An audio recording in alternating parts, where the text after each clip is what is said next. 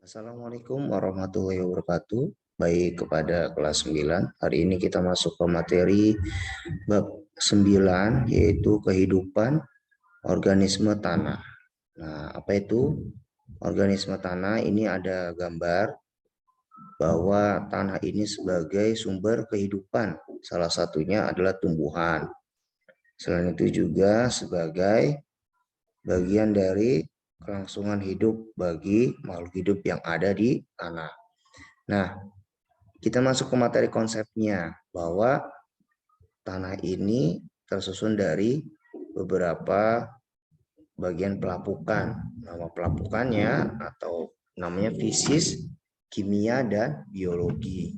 Kemudian tanah ini terbagi menjadi dua bagian. Ada yang organik dan ada bahan mineral di dalam kandungan tanah. Kemudian bahan organik ini terbagi menjadi dua. Ada organisme hidup, organisme mati. Yang organisme hidup ini meliputi baik hewan maupun mikroorganisme atau makhluk hidup yang paling terkecil. Nah, di sini ada akar tanaman yang ketiga. Nah, di mana hewan ini ada beberapa hewan yang terdapat di dalam tanah. Ada protozoa, rotivera, nematoda, cacing tanah, arthropoda, dan moluska. Kemudian untuk mikroorganismenya di sini ada alga, bakteri, fungi atau jamur, actinomycetes, dan virus dan bakteriofag. Ini adalah bagian dari hewan dan mikroorganisme. Kita masuk yang pertama, kehidupan organisme tanah. Nah, berbagai organisme seperti jamur, lumut, bakteri, ya, lipan, dan kalajengking hidup baik di permukaan tanah maupun di dalam tanah. Demikian pula berbagai tumbuhan tumbuh di tanah dan menjadi tumpuan manusia untuk memenuhi kebutuhan pangan. Nah, tanah ini apa sih? Tanah itu yang kamu biasa injak, itu biasanya juga sebagai sumber tumbuhan untuk tumbuh dan berkembang pada tumbuhan. Selain itu untuk berkembangnya atau berkembangbiakannya hewan. Nah, tanah ini merupakan habitat ya, atau tempat tinggal dari berbagai organisme darat seperti apa? Baik manusia ya, kita menginjak berada di atas tanah, kemudian hewan ya, cacing, contohnya tumbuhan maupun mikroorganisme. Hewan membangun sarang atau tempat tinggalnya. Jadi hewan ini bisa membuat tempat tinggal di dasar atau di dalam tanah, baik di atas permukaan tanah maupun di dalam tanah. Nah, tanah itu apa? Tanah itu tersusun dari bahan-bahan mineral hasil pelapukan, batuan, dan bahan organik hasil pelapukan sisa-sisa tumbuhan dan hewan. Tanah merupakan media atau tempat tumbuhnya tumbuhan. Nah, ternyata beberapa tanah ini ada lapisan organik, tanah atas, tanah tengah, ada sedimen, ada batuan. Ini bagian dari lapisan tanah. Dari lapisan organik bagian atas, tanah atas, tanah tengah seperti akar, sedimen itu bebatuan, ada lagi batuan induk yang lebih besar di dasar tanah. Kemudian pembentukan tanah. Pembentukan tanah ini diawali dengan penghancuran batuan menjadi partikel mineral dalam jumlah yang besar atau oleh udara dan air dalam ruangan pori-pori batuan tersebut. Nah, pembentukan tanah ini dipengaruhi oleh hancurnya tanah bisa karena pelapukan secara fisika atau fisis, secara kimiawi atau kimia, secara biologis atau biologi, atau pelapukan ya, penghancuran batuan. Jadi batu itu bisa hancur sehingga membentuk tanah oleh adanya udara dan air dalam ruang-ruang pori batuan sehingga batu itu bisa menjadi hancur menjadi tanah. Nah, itu ya. Pertama pelapukan secara fisika atau fisis. Nah, ini tadi ada 3 tadi ya. Kemudian kita masuk ke secara iklim. Nah, ini ada faktor yang mempengaruhi pembentukan tanah. Jadi tanah itu bisa terbentuk karena adanya iklim, kemudian organisme tanah, batuan dasar, topografi ya, atau waktu, dan ada waktu juga di sini. Ini ada 5 faktor yang mempengaruhi bagian dari pembentukan tanah. Ada di buku paket kalian baca ya. Pelajari tentang iklimnya berubah. Nah, ini mempengaruhi subtropis dan tropis, ini mempengaruhi tekstur tanahnya. Organisme tanahnya ada yang bagus, ada yang humus, ada yang keras, ada yang warna merah. Nah, ini bagian dari organisme. Ada batuan dasarnya, ada topografi dan waktunya. Kemudian organisme tanah, ini ada hewan-hewan tanah. Contohnya ada di dalam tanah itu ternyata ada beberapa hewan kecil, namanya adalah nematoda. Nematoda itu seperti gambar yang A ya, cacing nematoda. Ini bentuknya seperti pipi ya atau gepeng gitu ya. Kemudian lagi cacing tanah yang mungkin kalian sudah tidak asing lagi kalau biasanya untuk menyuburkan tanah, tanaman itu juga mampu. Kotoran cacing tanah juga mampu untuk menyuburkan tanaman ya sebagai pupuk. Biasanya ada untuk buat mancing ya cacing tanah ini. Kemudian arthropoda itu ada seperti ya gambar yang arthropoda seperti serangga atau hewan ya. Seperti ini ada kalajengking ya, arthropoda seperti kalajengking. Kemudian ada hewan kutu. Di sini ada hewan sejenis apa ya? Yang A itu kalajengking, yang B itu namanya kolembola, yang C itu namanya kutu kayu. Jadi kayu itu bisa berada di pertumbuhan dan perkembangan dari kutu kayu, ada kutu-kutu di kayu, kemudian bisa juga ke tanah. Kemudian lagi namanya luwing atau seperti kita sebut namanya kaki seribu. Nah ini bagian dari arthropoda. Sedangkan moluska itu hewan yang di tanah ada namanya siput ya atau keong gitu ya atau bekicot atau keong. Nah pokoknya ini namanya moluska, hewan yang bertubuh lunak namanya moluska. Nah ini adalah hewan tanah yang berada dan mempengaruhi tekstur tanah tersebut gitu ya.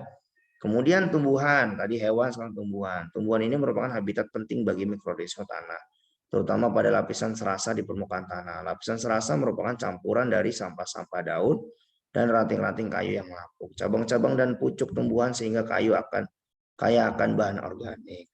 Nah, ini namanya lapisan serasa. Sisa tumbuhan mengandung bahan organik yang dimakan mikroorganisme tanah dan diubah menjadi humus atau tanah halus. Ya, teksturnya bagus dan dia banyak organik, tidak terkontaminasi dengan bahan kimia namanya humus. Humus inilah yang memperkaya tanah sebagai lapisan serasa. Jadi lapisan serasa ini campuran dari sampah-sampah daun, ranting-ranting kayu yang lapuk, yang sudah rusak, cabang-cabang pucuk tumbuhan sehingga kaya akan bahan organik. Jadi seperti pupuk ya.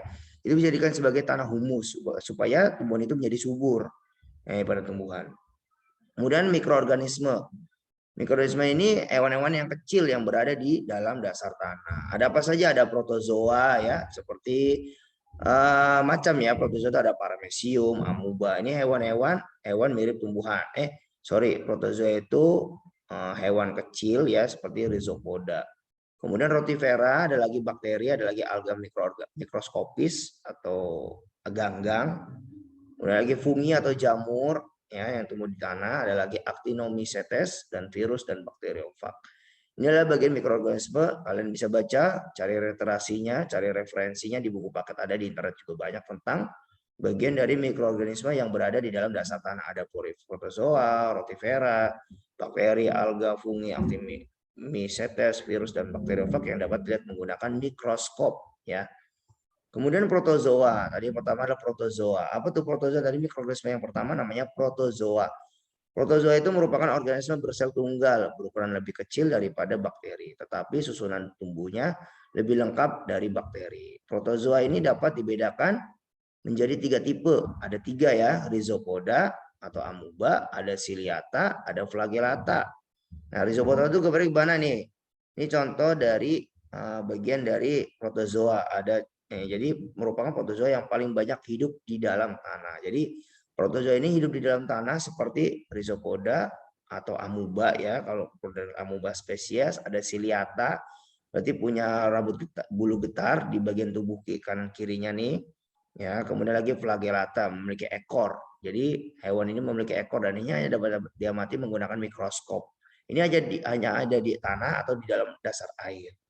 Nah, ini ada di Euglena, contohnya yang A, yang kedua Entamuba, amuba tadi ya dari kelas Rhizopoda, ada lagi Stentor. Nah, ini bagian-bagian yang mereka ini berkembang biak di dalam tanah dan dapat berkembang biak juga di dasar air. Contohnya air jerami, gitu ya, atau air bekas padi yang sudah dipanen kemudian tumbuh di air jerami tersebut. Nah, ini namanya protozoa ya. Kemudian yang kedua namanya rotifera. Rotifera ini bersifat mikroskopis dan habitatnya dalam tanah yang lembab. Rotifera ini biasanya terdapat dalam siklus hancuran bahan organik, terutama tanah gambut dan tempat-tempat yang basah pada tanah mineral. Hewan ini memakan alga, protozoa, dan nematoda. Jadi rotifera ini habitatnya ada di tanah yang lembab biasanya yang basah kemudian berada di pegunungan atau di puncak. Biasanya ini dia akan menghancurkan bahan-bahan organik ya, seperti tempat yang basah. Dan biasanya ini ada di mana dia itu memakan alga atau ganggang, memakan protozoa tadi, yang ini bisa memakan protozoa dan bahkan bisa memakan cacing, namanya nematoda. Ya, cacing-cacing ada di dasar tanah, namanya rotifera. Kemudian yang ketiga namanya alga mikroskopis atau ganggang. Nah, ganggang ini macam-macam, ada ganggang hijau gitu ya. Nah, alga ini mikroskopis karena ukurannya kecil ya, yang berklorofil. Mikroskopis karena dia berukuran klorofil atau menghasilkan zat hijau daun seperti tumbuhan. Contoh, kamu pernah lihat danau Sunter atau pernah lihat danau sungai yang tiba-tiba airnya warnanya hijau semua. Nah, air yang warna hijau ini menyebabkan alga berkembang biak gitu. Nah, alga tanah ini penting. Ada alga hijau, ada alga kuning ya. Nah, alga hijau kuning dan diatom. Nah, alga ini berkembang biak pada kondisi lembab dan terlindungi dari intensitas cahaya yang tinggi. Jadi dia itu tertutup dengan cahaya matahari, kemudian tidak terlalu tinggi karena cahaya matahari. Dia tempatnya yang lembab gitu ya. Dalam lingkungan demikian alga mampu berfotosintesis atau menghasilkan atau berfotosintesis karena dia menghasilkan klorofil, zat hijau daun, sehingga tubuhnya berwarna hijau. Nah, sehingga menambah bahan-bahan organik ke dalam tanah. Jadi dia dapat membantu ke dasar tanah. Ketika alga mati, sel-sel yang mati akan menjadi nutrisi bagi bakteri dan fungi. Jadi ketika si alga ini akan mati, maka dia akan berkembang dan akan mati. Setelah mati, alga ini akan dimakan atau dikonsumsi atau dinutrisikan ke bakteri dan fungi. Maka akan dimakan oleh bakteri dan jamur atau fungi, gitu ya. Jadi alga ini bisa setelah mati dia akan nutrisinya akan diambil oleh bakteri dan akan diambil juga oleh fungi atau jamur. Ini gambarnya seperti ini. Ini namanya alga tanah diatom yang gambarnya bulat. Ini harusnya berwarna ya, warna hijau. Biasanya ada menghasilkan klorofil, jadi air itu bisa warna hijau sehingga kalau ke tanah dia malah bagus gitu ya. Kemudian bakteri. Bakteri ini merupakan organisme yang paling banyak jumlahnya di dalam tanah. Pada umumnya bakteri yang ditemukan di dalam tanah itu adalah beberapa bakteri yang penting, diantaranya adalah ini ada. Pada umumnya bakteri yang ditemukan di dalam tanah merupakan bakteri bentuk batang atau bacillus. Ini gambarnya seperti ini yang A. Ini namanya bentuknya seperti batang atau bacillus ya, lonjong gitu ya. Beberapa jenis bakteri mempunyai flagela atau punya ekor. Jadi beberapa bakteri ini punya ekor di bagian ujungnya untuk berenang di dalam air tanah. Jadi itu bisa berenang di dalam air dan tanah. Beberapa bakteri yang penting diantaranya Arthrobacter, Pseudomonas, Agrobacterium, dan Algaligenes yang berpengaruh baik pada tanah, hewan, tumbuhan, dan manusia. Nah, ini adalah bagian dari bakteri yang berkembang di dalam air tanah. Ya, ini ada bakteri yang bentuknya lonjong atau batang, namanya bacillus. Contohnya apa bakterinya? Ada Arthrobacter, Pseudomonas, ya Pseudomonas aeruginosa, Agrobacterium tumefaciens, ya, Algaligenes yang berpengaruh baik pada tanah, hewan, tumbuhan, dan manusia. Inilah bagian bakteri yang berkembang di dalam air tanah, ya. Kemudian fungi atau jamur. Fungi adalah organisme tanah yang berbentuk filamen atau hifa. Ya, hifa itu seperti jamur ya, jadi dia itu berkembang biak menjadi dua kelamin, kelamin jantan dan kelamin betina. Nah, hifa ini, fungi ini berperan sebagai dekomposer. Fungsinya untuk menguraikan bahan-bahan organik, terutama senyawa-senyawa nitrogen kompleks yang diubah menjadi amonium atau amonia. Ini gas amonia. Jadi ini fungi ini tumbuh di dasar tanah yang kayunya ini sudah pelapukan, sudah hancur, sudah rusak, sudah mati kayunya. Kemudian tumbuh jamur di pinggir kayu, di pinggir pohon gitu ya, dia akan tumbuh berkembang di dasar tanah. Nah, ini gambar A-nya. Fungi hidup pada serasa daun atau jamur hidup pada serasa daun. Ya, daun-daun yang kering ini biasanya di rumput gitu ya. Kemudian hifa jamur yang ada di tanah nih. Hifa-hifa ini akan berkembang biak selayaknya akar. Yaitu bukan akar ya, tapi dia itu hifa, seperti akar aja bentuknya di dasar tanah. Nah, ini bagian dari tanah yang berkembang biak adanya jamur atau fungi. Kemudian actinomycetes. Mikroorganisme ini menyerupai fungi atau jamur, namanya actinomycetes. Nah, actinomycetes ini sebab fase vegetatif atau tidak terjadinya pertemuan dua kelamin, kelamin jantan dan kelamin betina ini tidak terjadi pertemuan. Namanya vegetatif, mempunyai filamen. Filamen itu lembaran yang halus dan berkembang biak dengan fragmentasi filamen. Actinomycetes bersifat saprofit dan mampu memfermentasi kompos dan pupuk hijau. Ya. Beberapa spesies menghasilkan zat antibiotik seperti Streptomycetes griseus menghasilkan streptomycin dan Streptomyces aureofaciens menghasilkan tetrasiklin. Nah, ini adalah bagian dari Actinomycetes, merupakan bakteri yang memiliki struktur seperti jamur. Jadi ini tuh Gordona amarae merupakan Actinomycetes, bagian dari bakteri, tapi dia ini akan berkembang menjadi jamur. Jadi bentuknya agak serabut-serabut kecil gitu ya, berserat-serat gini. Namanya Actinomycetes. Kemudian virus dan bakteriofag. Kita masih ke mikroorganisme ya. Virus dan bakteriofag ini ada virus bersifat parasit atau merugikan. Nah, jadi di tangannya juga banyak virus ya. Virus namanya apa? Virus parasit obligat, sebagian besar tidak dapat bertahan hidup lama di luar inangnya. Jadi dia itu tidak bertahan hidup di luar inangnya. Kelompok virus ini hidup pada bakteri, disebut bakteriofag. Jadi virus ini bisa berkembang biak di dalam bakteri, namanya bakteriofag. Dan jika berkembang biak dalam sel inang akan menyebabkan kerusakan sel inangnya. Ini contohnya ya, helix. Yang ini namanya adalah virus helix ya. Helix itu satu rantai RNA nih, dan kapsomer. Bagian untaian yang bulat seperti ini, lonjong gitu ya. Kemudian ada polihedral, bentuknya bulat, bentuk seperti duri, ada kapsomernya. Ini seperti jenis virus corona yang mungkin lagi trending topik ya. Ini bentuknya adalah polihedral, bulat, kemudian ada semacam tonjolan di bagian ujungnya. Nah, kemudian lagi kompleks. Ini virus yang kompleks ini lebih lengkap, ada DNA-nya, ada kapsidnya. DNA itu singkatan dari ribonukleotida asid, ada kapsidnya, ada lehernya, ada bagian selubung ekornya ya. Kemudian ada serabut ekornya seperti kaki yang nempel. Kemudian nanti di bagian selubung ekor ini akan mengeluarkan kapsid, dan dia akan menularkan ke beberapa penyakit tumbuhan. Nah, ini bisa mempengaruhi tumbuhan itu bisa mengalami penyakit. Ya, bisa karena virus atau kena bakteri. Ini bisa berkembang biak di dalam tanah. Ya. Kemudian itu penjelasan dari virus dan bakteriofag. Jadi itulah penjelasan dari mikroorganisme, dimulai dari tadi ya, sudah mulai dari protozoa, rotifera, bakteri, alga mikroskopis, fungi, actinomycetes, virus dan bakteriofag. Itu saja penjelasan dari saya. Kurang lebihnya mohon maaf, silakan ditonton, jangan lupa like, share, and subscribe, kemudian tonton kembali sampai benar-benar paham. Terima kasih atas waktunya. Wassalamualaikum warahmatullahi wabarakatuh. Selamat siang. Terima kasih.